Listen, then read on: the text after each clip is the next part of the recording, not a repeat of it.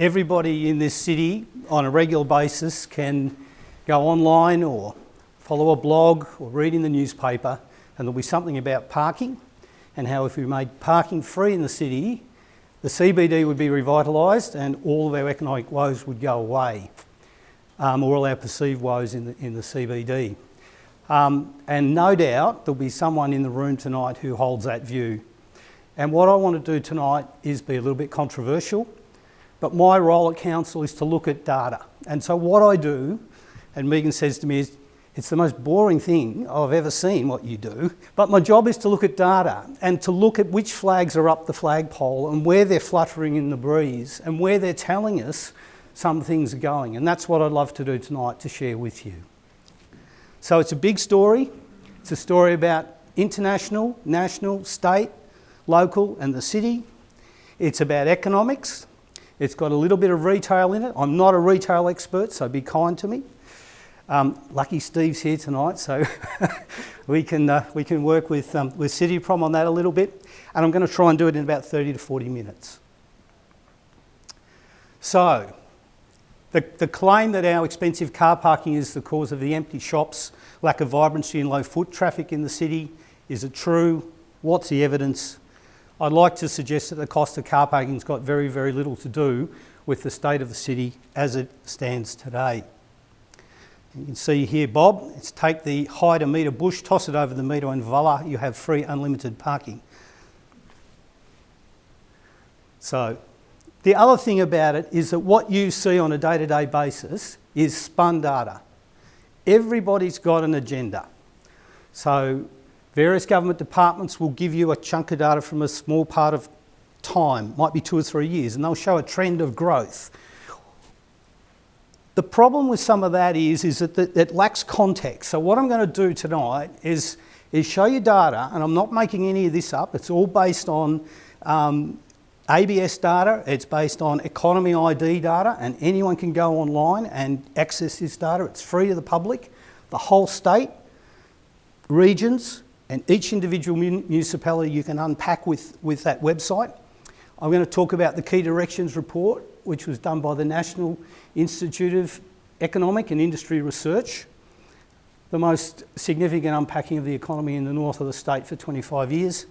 And I'm going to refer to the Shopping in the City report. And really what I'm trying to do is a news source, we've got to find accurate information. The first parts of the presentation are around some of the big external issues. The second part is about the key local economic trends, and the third part will be the shopping in the city, and then I'll go to a summary and maybe some things that we could do. And I'm not going to give you all the answers because there's lots of ways we can approach moving forward. My first point is we are not Robinson Crusoe. Launceston is a regional centre, and the challenges and the opportunities that we have in Launceston are actually quite similar to many other regional centres in Australia. But if you read the newspapers and the literature and the reports, there are some challenges for regional Australia today. And what we're sort of facing is quite similar to many other places. So the first part of the story is about a background and some context. Are we coasting along or do we need to get out the whip? And I want to go big picture. So the Bank of America Merrill Lynch, which is one of the largest banks in the USA, 5 days ago said amongst a bunch of stuff that over the next decade, the economic and social upheaval will reverse many trends that we've had in place for the last 40 years. They said that we've got the interest rates that the lowest they've been for 5,000 years, which is probably most of recorded humanities business dealings on the planet. We've got the largest bubble of assets in history. We've got a deflationary profile. We've got an ageing demographic. And it's just weird. Right now, across the world, 1/3 of bonds, which everyone invests in through your superannuation funds, globally are trading at negative interest rates, which means you buy a bond, guaranteed you will get less money than you bought it for down the track, and that's weird. 1/3 of the bonds trading in the world today are negative, and that's $13 trillion. So American US dollars stacked one on top of one another from right down here all the way to Brisbane. It's not normal. The other thing that they said is that the China First policy is going to meet the American First policy head on. And we can see what Trump is up to at the moment and Xi Jinping. And it'll be very interesting to see whether they make a deal or not, or whether this escalates. So my point is, in Launceston, we tend to forget. There's a real and pressing global context, a national context, a state context, a regional context, and us. And if you look at that graph here, you can see the size of the world, obviously, but in Australia, the red dots indicate the size of the economies of the various cities. And you can barely see the red dot of Hobart, and we're probably about half that. And then we're part of this region here. And then this is the City of Launceston, there's this little speck in the middle. But to be absolutely sure, those global forces flow all the way down and they lap on the door of this city. We can't get away from it, especially the changes in the world today. We are connected globally and it does influence us at some point. What I'd like to do now is talk about the regional context. So these are the things that have happened in the last 3 or 4 years that are really significant for the city. In 2016, the Northern Tasmanian Development Corporation set some goals for the region. In 2017, the city deal was signed, or was being formulated for signing. And in 2018, the Key Directions Report was released by NTDC. The work was done by the National Institute of Industry and Economic Research. In mid-2018, the Northern Tasmanian Population Task Force was established. In April this year, the state government released what they predict to be the Tasmanian population projections. At this age, so we've got lots of things going on trying to get our act together.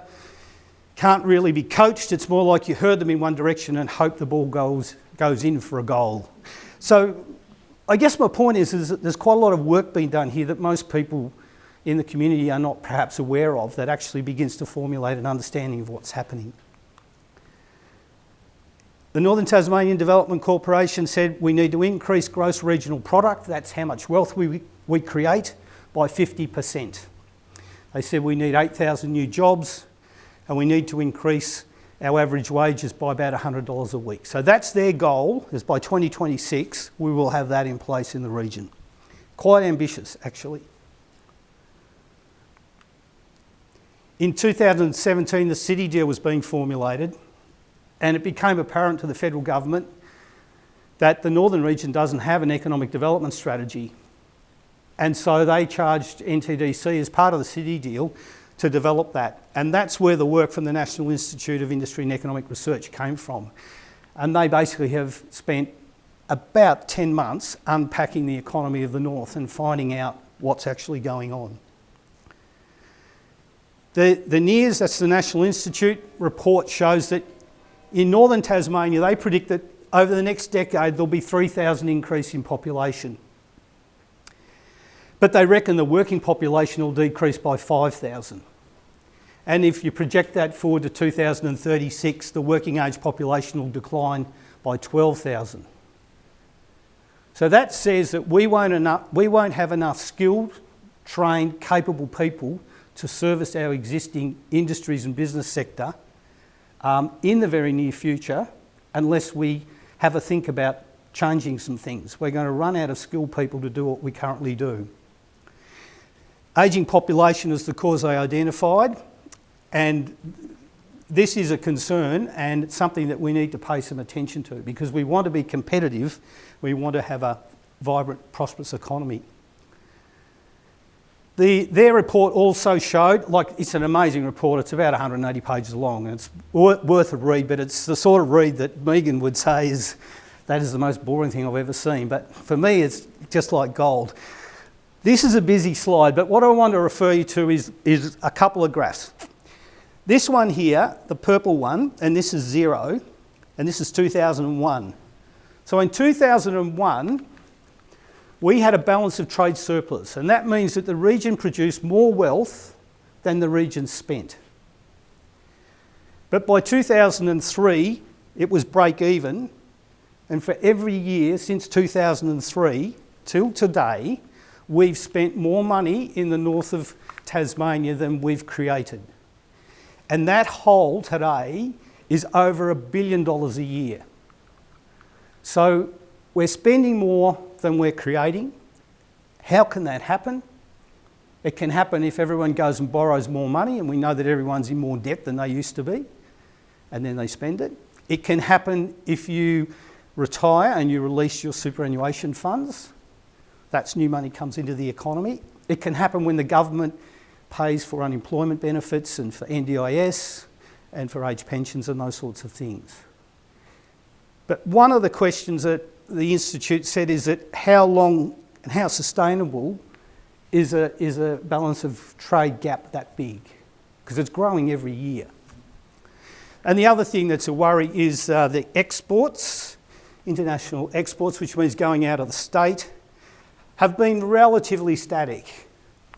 They're not, oh sorry, that's interregional, sorry. International exports is the red one. It's actually, they've been relatively static, but they're actually declining. So they've gone from 2,000 million down to just over 1,000 million. So our exports have been declining since 2001.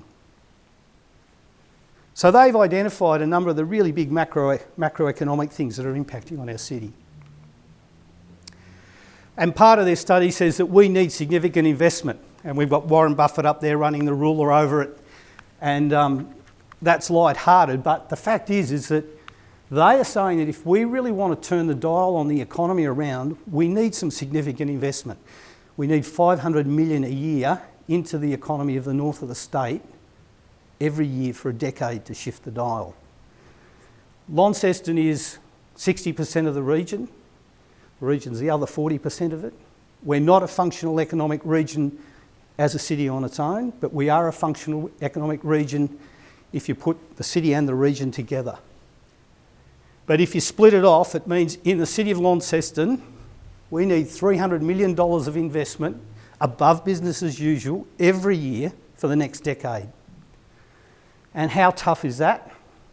You've got to have a UTAS designed, approved, built and completed every year for each year for the decade, or you need 10 silos developments every year for the next decade. It's huge. We're not used to this. It's something that we'd be uncomfortable with, but that's the sort of level of investment that they're saying we need to really kickstart the economy and get on a growth trajectory. So growing exports is really important. We know we're spending more than we're creating, and we have to grow exports into the future. So what I'd like to move on now is to talk about some key city trends, talking about population, demographic change and competitiveness with other regions.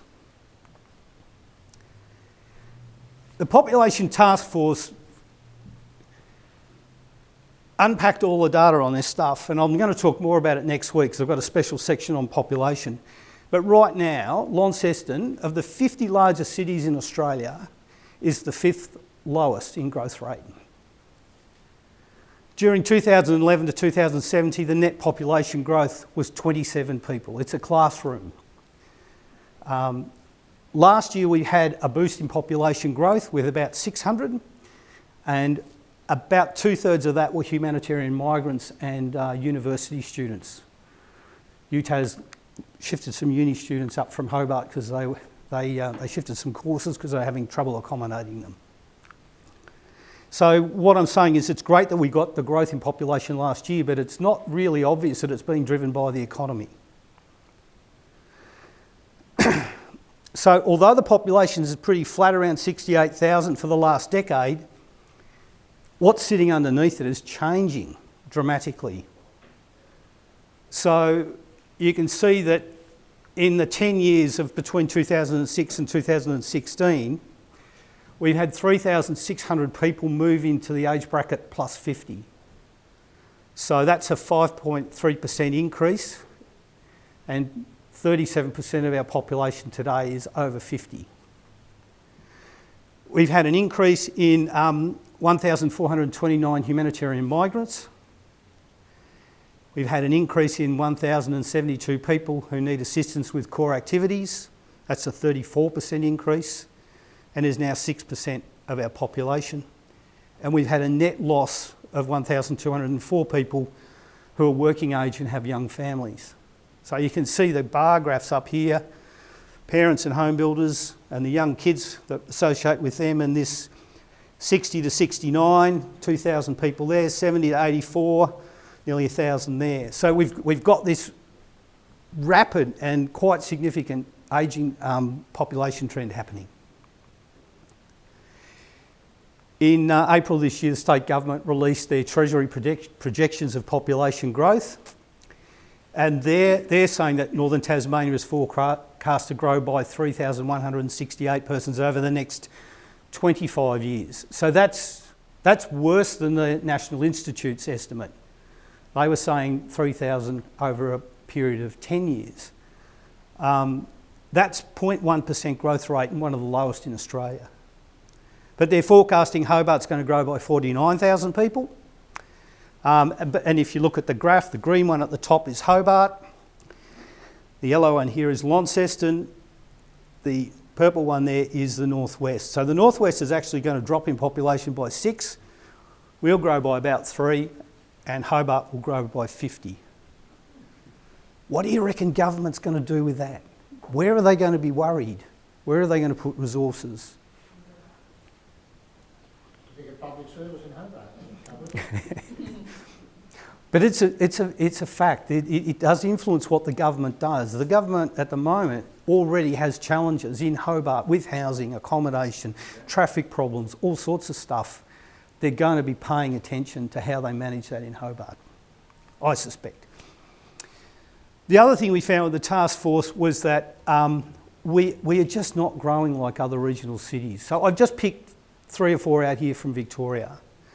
Launceston is the orange line at the bottom, and in 2007 we had a population that was higher than Bendigo, and 10 years later they have 10,000 more residents. So we're just not growing like some of the other regional centres in Australia, and there's a reason for that. We don't have a spillover effect from... Sure.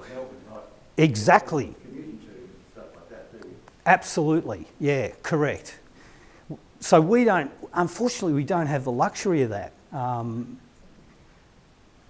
There's some things we can do with that, which I want to talk about more next week, but this is one of our challenges, and that's why we're slipping down comparatively. Like when I started my job, and I might lose it on this comment, we were the 17th biggest city in Australia, and today we're the 21st.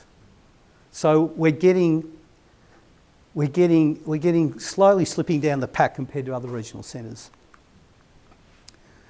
What does it mean? We're getting older, less fit, less active, less economically competitive. And in relation to what's going on in the CBD, if you tally up all those changes in demographic, you've probably got about 11% of people who've shifted in what you call different services groups. So people have got older, they retire, they buy different things, they do different things, they spend their money in different places. The humanitarian migrants have a different consumption pattern, and people who are infirm, they spend money on different things. So the conventional spending pattern in the city may have shifted. I'm not saying it has, but all the evidence would suggest it would shift a bit because of the demographic change. Now, the second part of this story is about local trends and their economic impact. And what I want to do is start with the city's gross regional product, jobs, unemployment, which industries are growing, and things around the demand for labour. And there's a joke here, so you've got to laugh. But in order to view this data correctly, you've got to put your rose-tinted glasses on. If you look at our gross regional product, this is how much wealth we're generating by individuals and organisations in the city. So you can see that it's been relatively flat since 2010. And it's interesting because I'm delighted that we've got the silos development, and delighted that the verge is going up, and delighted we've done civic and all these sorts of things. But at this stage, it hasn't kicked this up. In fact, it dropped down 1.7% between 2007 and 2018. So it's not enough investment to shift the dial at this stage. If you look at jobs, you can see that they've gone up and down and they're back trending up again, which is great. And if you look at over the last decade, we've got 1,047 more jobs than there were in 2007-08. So that's good. If you look at unemployment, we've had traditionally fairly high unemployment in Launceston now for a decade, well above Hobart, Tasmania and Australia. So we've had consistently higher unemployment than you perhaps like, and we've actually got pretty high youth unemployment. So when I look at the flags that are up, and where they're blowing, my gut feeling on this is that we're chugging slowly along. There's a little bit of a change in gross regional product that's come up a little bit. We've got a little bit of change in growth. We've still got some high unemployment. But the next slide is going to show you the changes that are occurring in the economy. This is demand for labour. So for instance, council employ me full-time. So I'm one full-time equivalent of labour. Megan only works 2 days a week, and Luke works full-time, but let's pretend he only works 3 days a week. So if you add Megan's work and a three-day-a-week workload together, you get another full-time equivalent of labour. In the last decade, in total, we've lost 1,526 full-time equivalents in labour out of the city. So we've got more jobs, we've got 1,000 more jobs, but the full-time equivalence has actually dropped. We've got more part-time jobs. 40% of our jobs in the city today are part-time. And they're paid less. So in other words, there's a lot less hours worked. Correct. Yeah. And the thing about this is it tells you where the hours are worked. So agriculture and look, just to keep it simple, what I've done is I've said if there's a change of more than 300 or thereabouts, I've marked it red if it's gone down and green if it's gone up. So we lost 299, I rounded that up to 300, in agriculture and fishing. Manufacturing is a worry. We've lost 1,211 jobs in manufacturing over a decade. And manufacturing creates wealth because it exports things. So we've lost jobs where we can create wealth. Quite a lot out of wholesale trade, financial services, administrative support, and look at this one. Healthcare and social assistance, 1,647. Big increase in the health sort of area. It's not all challenging because there are some sectors of the economy that are actually growing. So this is a slide that shows you the number of registered businesses in various sectors, and this is the change. Not 10 years. I couldn't get 10 years data. I like to get long time frames so that I guess it's real. This is a 4-year period from 2014 to 18, and so I've highlighted changes that are greater than 30. So you've had a decline in agricultural forestry businesses, decline in manufacturing, an increase in construction, retail trade's gone down, accommodation and food services gone up, financial and insurance services have gone up, rental, hiring and real estate services have gone up. More administrative and support service businesses, more healthcare and social assistance, and we've had a net increase of 231 businesses in the city. But I think they're smaller businesses because we've got less labour. Let's have a look at building approvals. Because again, with all the things that are happening around town, you'd expect it to be booming, but the fact of the matter is that if you look at residential, which is the dark green, and if you have a look at non-residential, which is the commercial construction, you can see if you run a ruler right over the top of that, it's gone up and down, and it's certainly dipped badly in 2016 and it's on its way up. But very hard to pick a trend in that at the moment. I think when UTAS actually start putting those footings in and the bricks and the mortar and things go up, and you see that $300 float into the economy, $300 million start to float into the economy, there will be a spike in the value happen there. But we haven't really seen a lot of it at this point in time.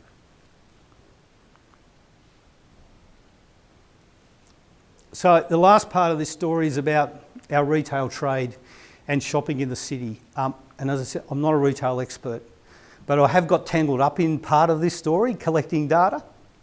And what I want to talk about is some of the work that I've done in this space, but also talk a little bit about the work that Dr. Louise Grimmer did with the Shopping in the City report.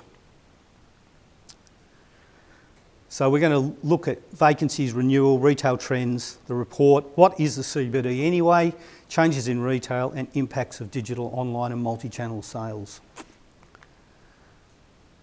In 2013, wandering around town, I thought, gee, there's a lot of empty shops.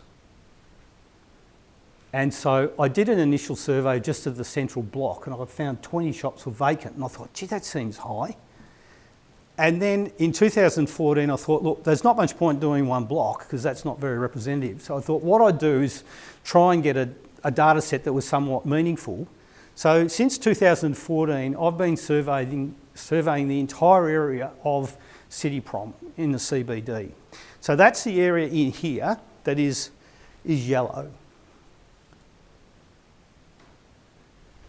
Right, so it includes Yorktown Square up here. It goes over to Wellington Street, up to York Street, and this one is Cimetière.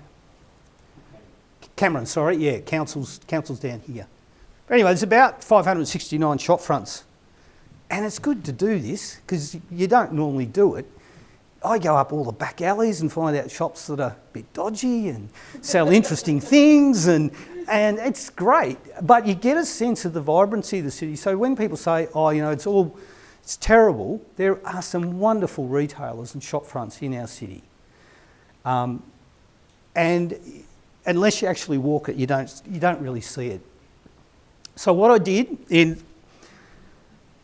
and what you've got to watch here is some of this data I've collected at different times. So the December stuff and the January stuff is different to these, which are winter, July, August.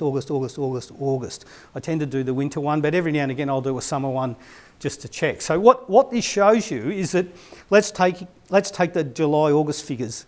75 empty in July 2014, 70 in 2015, 68 2016, 67, 67, 68. There was a lot of talk in January about shop vacancies in the city, and it was just not on the money at all. There were much less in January just gone than I expected. And I did that because there was a lot of talk in town about things not being right. The other thing I do with this is that the day I do it is I go online and I look at shops for sale through the realestate.com or whatever, and I look at shops for rent. And the data on what's available to rent or to buy reflects the fact that there's not great there's not an increase in vacancy in the city. There's less shops you can buy and there's less shops you can rent today than there was in 2014. If you put this stuff together, you can get what we call a heat map. Our spatial services people in council are really clever. So they can put, every time I find a shop that's vacant and I put it on a map, and they'll collate all the maps together, and then the more vacancies there are, they build up to be a hotspot. So you can see there's some hotspots down here on Elizabeth Street. There's always a bunch of them vacant up here. Tatler's Arcade, the bottom end of Brisbane Street, actually has reformed into a lovely food precinct, but that was always a bit of a challenge for quite a long time. Yorktown Plaza. So we've got data on this stuff, and when council says, look, we don't think that there is a major problem with vacancies in the city, we think it's normal turnover, we are paying attention to it, and we've got some evidence when we make those comments. If you also look at things like business registrations, and it's a little bit hard, I can't get data from the ABS that covers the CityProm area, but I can get it to what they call the SA2 region, which covers about, I suppose, 2/3 of the CityProm area. And if you look at that back to 2013, you'll find that in blue, that's the total number of new registrations of businesses, of all businesses, and the yellow one is or the orange one is the number of registrations of retail businesses. So businesses are opening, businesses are closing. The evidence you see walking around seems to indicate that it's pretty stable, and that's sort of what should happen in a vibrant business sector. They come and they go, they do their best. If it doesn't work, they have to move on. Let's have a look at some of the retail trends. If you want to, this is interesting. You can't get real data on retail on anything but a state basis. So this is a trend of retail from Tassie, not the north. I'll show you another one in a minute. But what you can see with that is that between 2010 and 2019, with the exception of the global financial crisis, it's been relatively stable at about 2.5%, 3% per year growth in retail trade in the state. You can also see that it looks like on a long term there might be a bit of a decline, long term overall. If you go onto the database ID that I've got the website linked to for you, you can unpack what's actually happening in terms of retail figures, gross turnover in the retail sector, and you can see that the line for retail trade has been almost dead flat. That's the blue one that's at 500 million for the last decade. And you can break down the food retail, which has been almost dead flat, and other retail, which is green. And that doesn't really reflect the trend we've got in Tassie, I don't think, because if you were to take, for instance, this one here, 500 million, and you were to extrapolate the growth on that over a decade at 2.5%, we should have retail trade running at about 642 million in 2017-18.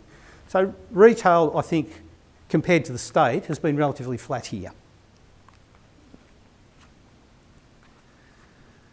I'll now move on to shopping in the city report. And why did council do this? We commissioned it because there is a perception, and it's a real perception amongst the community and shop traders, that there is that the retail centre is suffering, and we wanted to have a look at, are there some things that we can do to revitalise it? And there's a link there to that report. I think, Megan, we're happy to share this presentation or the notes to it as well if anyone wants to, so you can track all that down if you'd like to do that. We'll take your details for that. It's pretty comprehensive. It's over 100 pages. It provides a review of contemporary opportunities, a collation of a survey of local traders, and it makes a number of observations and recommendations.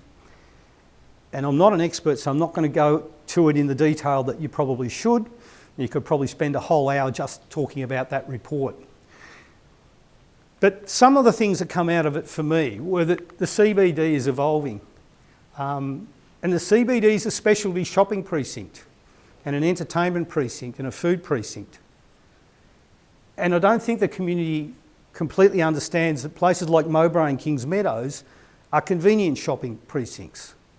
You have comments, you hear people say quite a bit, I don't need to come to town, I've got everything I want in Mowbray.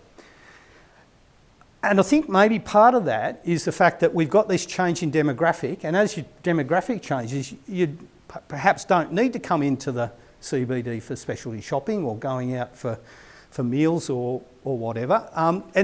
Maybe some of this just reflects the shift in the population demographic and what the needs of individuals are, and that those needs are actually changing. But shop till you drop, baby. That's what we want. The other thing is that the retail sector globally is in a process of astronomical and significant change. If you want to check this out, just Google shopping closures in 2019 and you'll get a list of stores, major stores in the US and you can get it for Australia as well. And, you know, they're closing 2,000 stores and massive change in an industry where people really should know what they're doing and do know what they're doing, and things have just shifted. And our retail sector is facing the same problems, and we've had recent examples with Birchall's and Worth House and Collins Booksellers and Roger David closed. So this is the washing up on the shore of the global challenges that we are tangled up with. So my thing is that I think the reason we've got some challenges in the retail sector is related to the flat economy and the low population growth and the significant demographic change and low wage growth. The National Institute report reckons that we've actually had a real decrease in wages in the city over the last decade of $3 an hour, which equates to about $100 a week. So if you've actually got $100 a week less in your pocket and everything else has gone up a little bit, you haven't got much, you've got less disposable income to spend in the city and on retail activities. The move to more part-time work is generally lower paid. And so I think these are the key things that we need to be talking about a little bit more than parking. And I'm not saying we shouldn't talk about parking, but I think we need to have a context that understands this is what's causing us grief. The impact of online shopping. If you read all the literature, if you look at retailing today, the only retail process that I can see has got growth in it is online. 73% of households now shop online. Online spending 6 at 8% is predicted to grow to 12% by 2025. So if you're not thinking about how you engage with this, you're not thinking about how you might position yourself into the future. And the other thing and it's really tough for small businesses, but the technological change is rapidly transferring and transforming the traditional models. Consumers want a choice of shopping channels.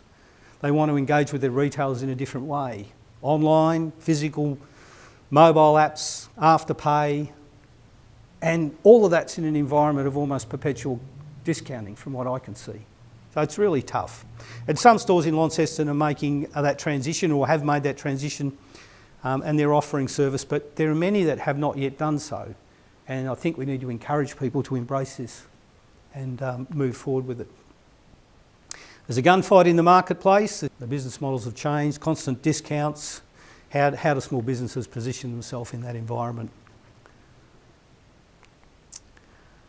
I'm not going to go through all the recommendations of the report, but one of the key ones was that council and some of the stakeholder organisations need to work together more closely to develop an integrated marketing campaign to position the city as a specialty shopping precinct, and take the opportunity to promote our unique heritage and the nature of the city and its stores and its arcades and eateries, and bring city businesses together in a collaborative and positive manner. And City Council have adopted that as an action that we take from this report, and we've about to talk to Steve and Chamber of Commerce and work out how we might work together to undertake that. So we're nearing the end. I know it's been boring.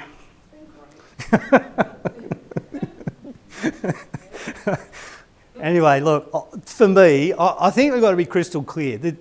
All the evidence suggests that if we just go about life business as usual in Lonnie, it's going to have some negative impacts on the community. We don't have to change anything, but I think we need to understand that if we don't think about doing things differently and becoming more competitive, it's actually going to have an impact.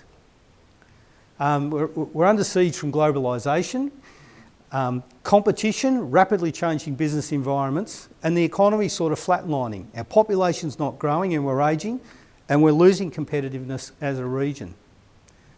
So what you could do, what we want to do, I mean, my purpose tonight, honestly, was to try and inform people to have a greater understanding about what's going on. And you can check out stuff, and I've got the website up for Economy ID if you want to take some questions and ask anything. I'll drill down and find the answer for you. You can see that in action if you wanted to do that. But yeah, have a greater understanding, take some time to understand the implications of business as usual, be more open to change, commit to work and act regionally. And I think one of the things, if we can take this away, and this is a bit controversial, but if we can focus how we can make opportunities, investments that we've got actually work, instead of focusing on what worries us, we've got the opportunity to move forward. So I'm going to make a couple of controversial statements. The Northern Prison, right? I had a bit of a look at that for council. Very uncomfortable about a bunch of things that are related to the prison and the implications of that for a city. But it's $300 million investment. It's going to go somewhere in the north of the state. What we could do as a community is say, geez, I don't really like that, but is there a way we can make it work? And one of our challenges is, it's very easy, and I did the same thing initially. I said, no, don't want to do that. But the more you begin to unpack it and look for ways to create an opportunity out of what you've actually got on your doorstep, that's something that I think we need to do a little bit more of. And you can do something else right now. When someone says in Launceston how expensive parking is the cause of empty shops, the lack of vibrancy and low foot traffic in the city, I'm hoping that from tonight you'll be able to go away and challenge them. And I'd like you to take the opportunity to do that. Thank you.